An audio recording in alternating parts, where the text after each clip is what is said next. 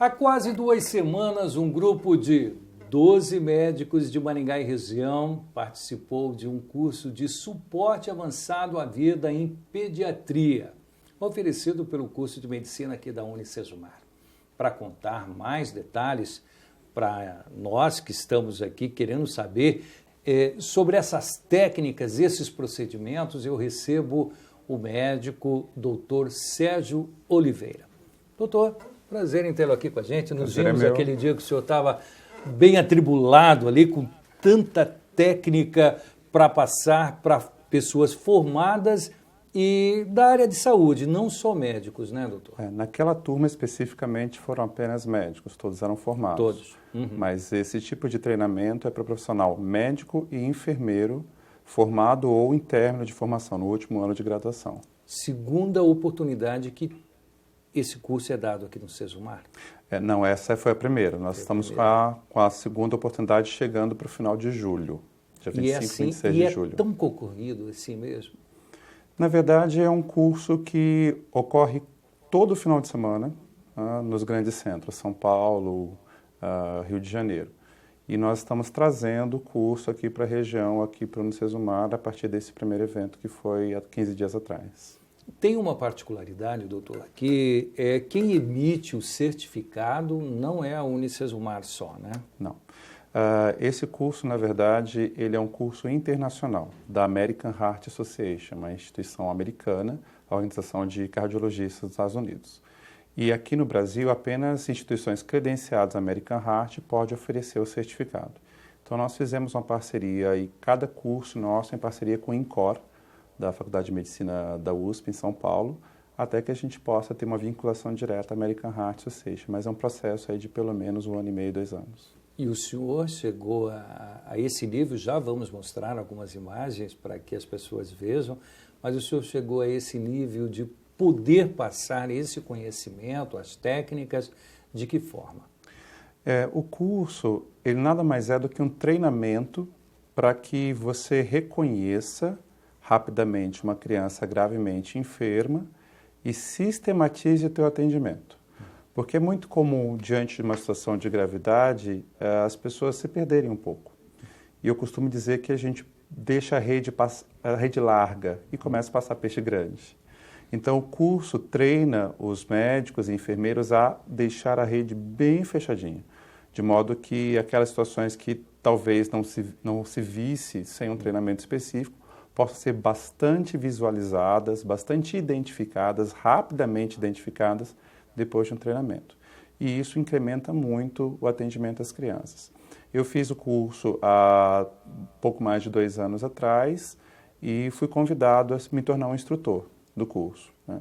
E a partir desse momento, então, nós fizemos o treinamento de instrutor e passamos já pelo menos quase 2 anos fazendo os cursos fora de Maringá, né? E, recentemente, há alguns meses, já praticamente 1 ano, nós tivemos a intenção de trazer o curso para Maringá de uma forma fixa, que ele já ocorreu aqui, eventualmente, né? Uma vez por ano, há mais de um ano já não ocorria o curso. E aí nós quisemos, então, trazer um polo de treinamento fixo aqui para a região. Nossa região merece. E nós, então, trouxemos o curso para cá, de modo agora que nós temos a intenção de oferecer a cada 45 dias, a cada 30 dias, vai depender um pouco da demanda que a gente já percebeu que é grande. Que é grande, né? Eu vou pedir para que o nosso pessoal da técnica passe, então, algumas imagens. Eu estive lá e fiquei bastante curioso da forma, né, como o curso é dado, né? Ah lá, professor.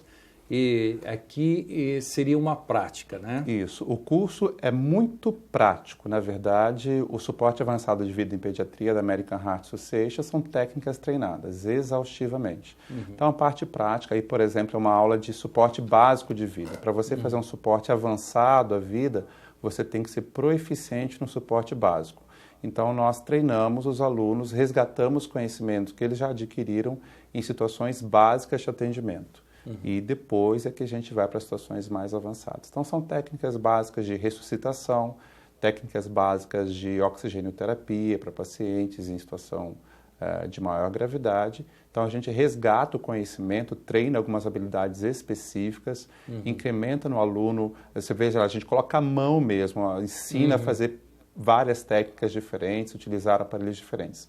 E depois que a gente faz uma revisão básica sobre os aspectos primordiais de como atender uma criança gravemente enferma, nós passamos para estações de habilidade, que a gente chama, né? Estações de simulação, aliás, onde nós simulamos situações clínicas. Nós pegamos uma doença, como ela se apresentaria para aquele paciente, então nós colocamos uma equipe de atendimento e vamos treinando os alunos a justamente fecharem aquela rede que a gente falou, né? Como sistematizar o atendimento dessas crianças potencialmente graves. Então, algumas coisas eu identifiquei quando eu estava...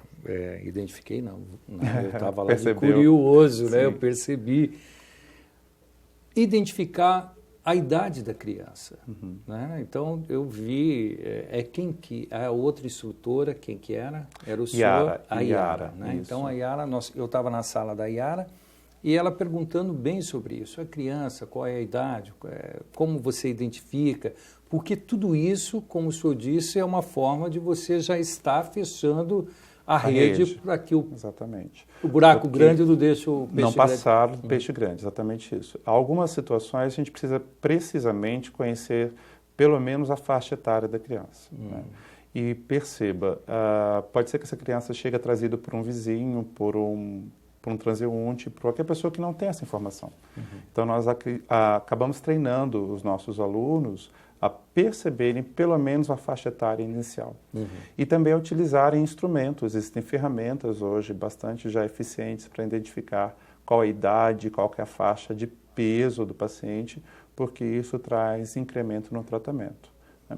Reconhecer umas situações básicas, por exemplo, a gente até brinca, parece adulto, tem que tratar como adulto, parece criança, tem que tratar como criança. Isso parece muito pouco, mas é suficiente em várias situações. Por exemplo, se a criança já tem sinais de puberdade, ela precisa ser tratada em alguns aspectos como um adulto. E isso é algo que pode ser adquirido simplesmente com essa informação. Eu vejo uma menina, eu vejo um menino que parece estar na adolescência, já tem sinais puberais, eu preciso tomar atitudes como se ele fosse adulto. Por mais que a mãe esteja ali, ou que alguém venha falar o meu bebê, que é uma situação às vezes muitas vezes de brincadeira, mas ocorre. E eu preciso tomar atitudes e raciocinar como se ele fosse um paciente adulto. Ao mesmo tempo, eu vejo uma criança pequena, por menos que eu saiba a idade dele, se tem 3, se tem 4, se tem 5 meses, às vezes isso não é relevante. Eu preciso tomar uma série de ações, independente dessa diferença pequena de faixa etária que possa ocorrer. Então, às vezes, a ausência dessa informação, às vezes, deixa o profissional um pouco bloqueado. Então, nós treinamos os alunos a raciocinar independente de uma informação precisa. Claro que se eu tiver uma informação precisa, eu tenho algumas facilidades. Então, se eu tiver a presença do pai, da mãe, se eles pudessem me fornecer essa informação, eu vou aproveitar de uma melhor maneira possível. Na ausência de informação, eu preciso tratar do mesmo jeito. Eu percebi, essas não são palavras suas, nem tampouco de nenhum dos profissionais que lá estavam, mas que não existe nessas situações ou situações assim, sorte, existe técnica. Exatamente. A gente costuma brincar que tem situações não desfazendo ou deixando de acreditar em nada. Mas nós costumamos dizer que tem algumas situações que você pode tentar contrariar o anjo da guarda. Pode até tentar, mas... Exatamente. Então, assim, às vezes a gente fala, o anjo da guarda determina que a criança vá falecer e você pode tentar fazer o contrário. Mas isso requer treinamento. Isso requer treinamento. Né? E a sistematização, ela precisa estar na nossa mente constantemente. Os cursos da American Heart, conforme esse, o suporte avançado de vida em pediatria, ele deve ser treinado pelos alunos no mínimo a cada 2 anos. Então, a certificação, ela vale por 2 anos. Por quê? Porque com o passar do tempo, essa sistematização vai saindo da nossa mente. E mais uma vez a rede vai se abrindo e começa a passar peixe grande. Depois que, num caso em que não há um treinamento para uma equipe, o índice de sucesso para quem tem o treinamento, o senhor tem essa Eu não dimensão? tenho esses números, eu posso falar da minha experiência própria. Não tenho esses números não porque eles não existem, porque não tenho eles para te passar neste momento. mas existem sim números evidenciando a necessidade de treinamento e o quanto isso incrementa o sucesso. Mas eu, durante muitos anos, eu fiz a minha forma de atuar. E é um desafio. É um desafio quando você pega uma sistematização, você, peraí, mas existe coisa melhor, eu posso acrescentar. E isso muda a tua forma de ver, de agir e reagir diante de situações de gravidade. Isso que já faz muito tempo que eu trabalho em UTI. E mesmo assim a gente pode crescer, pode aprender, pode melhorar. E esse é um desafio que nós trazemos para todos os profissionais que tivessem interesse. O senhor trabalha numa UTI Pediátrica. dentro de um hospital. Isso. E a UTI móvel, ela Exatamente. tem aqueles... Nós vimos ali vários... como que fala? Não é equipamento aquilo. São equipamentos. São equipamentos. São instrumentos. São instrumentos. Aqueles instrumentos estão à disposição, doutor? Sim. Na verdade, a gente Eu não... falo a unidade móvel. Sim, a unidade móvel é o transporte pré-hospitalar, o atendimento pré-hospitalar, por exemplo, que pode ser inclusive domiciliar. A maioria dos instrumentos que nós colocamos para a prática dos alunos é justamente respeitando os cenários, tanto pré-hospitalar quanto intra-hospitalar. Então, não se inventa nada. O que se tem de realidade hoje para atender essas crianças, tanto dentro do hospital quanto fora do hospital. Nós pegamos justamente esses instrumentos e colocamos no aprimoramento da técnica. Porque, às vezes, a pessoa tem dúvida de como usar algumas coisas. Né? Às vezes, ela teria um dispositivo melhor para ser utilizado e está lá encostado, né? Por falta de conhecimento, por falta de treinamento específico. E é justamente isso que a gente tenta resgatar. Existem opções melhores, de repente, que não estão disponíveis e que a gente pode, ao treinar o médico, o emergencista, o enfermeiro, e isso desperta nele a demanda, que vai para o gerente do serviço, que gera, olha, eu quero padronizar tal equipamento porque eu vi no curso que isso é melhor. Isso tem base científica mais aprimorada. Então, a gente faz essas provocações também. Eu percebi também algo que me chamou bastante atenção, o senhor, em dado momento, mostrando alguns desses instrumentos, plásticos, silicone, né? Algumas, lógico, são as melhorias da tecnologia que são colocadas à disposição.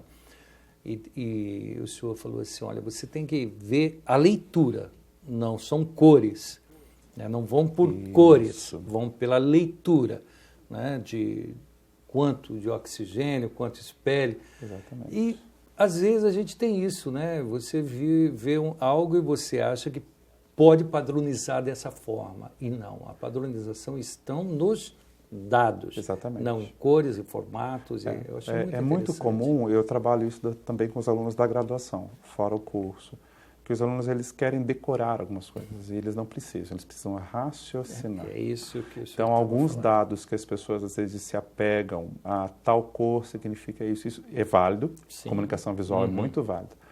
Mas eu, por exemplo, tenho uma memória bem limitada. Eu costumo brincar que eu não conheço minha memória, porque a gente não se conhece muito bem. Porque eu estudo alguma coisa e daqui a pouco um dado, um nome, um significado eu preciso estar resgatando sempre. Então eu procuro selecionar aquilo que tem que estar realmente guardado na minha memória. O restante eu vou procurar fontes. Está no livro, está no cartaz, está impresso no material. Então eu tento passar isso para os alunos.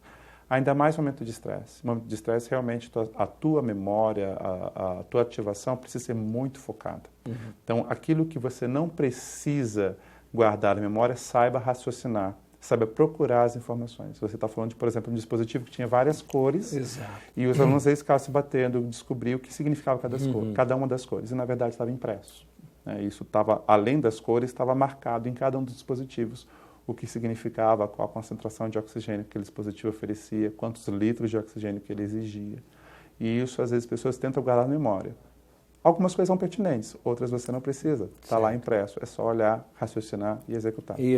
Fui bom aluno até, né? Você viu quantas coisas que eu... Só não pode estar convidado a participar do curso, porque, infelizmente, você tem outro diploma. Mas eu estava lá como jornalista e fiquei muito, assim, interessado pela forma como vocês procederam, 2 turmas, e os equipamentos todos do Sesumar, professora, São manequins, manequins. São manequins de Perfeito. simulação e todos os dispositivos periféricos que a gente utiliza para fazer os cursos. Mas deixa eu te fazer um convite. Então, Haverão cursos para não médicos, não enfermeiros. É? Tá certo? Que bom. Há cursos justamente voltados para a população em geral. Como reconhecer uma situação de gravidade numa criança, num adulto e como agir. Porque é muito comum numa situação que as pessoas percebem alguém caído, por exemplo, né, com uma cor estranha, respirando de uma maneira diferente. O que eu vou fazer? Né? Existe muito a fazer. Claro, você pode ajudar a pessoa, você pode pedir ajuda. E quando você, por exemplo, liga para um serviço de resgate, o SAMU, uma remoção, se você der informações que facilitem o atendente a interpretar, isso pode potencializar ainda mais o atendimento. Então, você será convidado em breve para cursos voltados para leigos, não médicos, não enfermeiros. Eu conheço o Dr. Sérgio já há algum tempo e em 2 casos, uma das minhas filhas, ela ficou engasgada com a bala soft. Olha. Eu quase... No desespero, é capaz de você ainda matar alguém, né? Exatamente. Porque você não sabe se empurra a bala, se você tira a bala, se você vira de ponta cabeça, se você bate nas costas. E a gente vendo vocês ali passando essa experiência, parece que volta, né? E a outra minha menina, ela engasgou com um espetinho, carne do espetinho, e você não sabe realmente o que você faz. Se você empurra, se você traz, é somente nessa hora que o anjo da guarda fala, não é agora, mas porque a gente vê realmente. Mas a gente precisa treinar essas técnicas. Precisa sim. Né? Por exemplo, no curso a gente tem essa técnica de desobstrução de vias aéreas, que é passada para esses médicos e enfermeiros. Mas também essa técnica é passada para o curso de leigos. Então você imagina, né? Isso poderia ser útil para você. Com certeza. Né? E pode ser útil para muitas outras pessoas. Como a denominação do que o senhor faz dentro da UTI? Eu sou médico plantonista da unidade terapia intensiva. Mas assim, esse socorro que é dado tem um nome diferenciado? Sim. Eu sou instrutor da American Heart Association para o curso de suporte avançado à vida em pediatria. E em Maringá nós estamos criando uma equipe de instrutores para poder fazer o curso com periodicidade. Com tudo que eu vi, mesmo eu não sendo pediátrico, se acontecer alguma coisa, doutor, por favor, me auxilie, tá bom? Com Dr. certeza. Sérgio, muito obrigado. Tomara que não precise, mas em precisando estaremos de plantão, apostas. Tá bom, que bom, muito obrigado. Eu conversei aqui com o Dr. Sérgio Oliveira, ele que esteve aqui na Unicesumar, ministrando esse curso juntamente com a Iara do INCOR. Do INCOR? Isso. Lá, olha, que bom. E ele vai estar certamente aqui em outras oportunidades falando desses cursos para profissionais, não profissionais, mas sim profissionais também da área de saúde e para nós que somos leigos. Obrigado pelo carinho de ter nos recebido lá e de estar aqui conosco.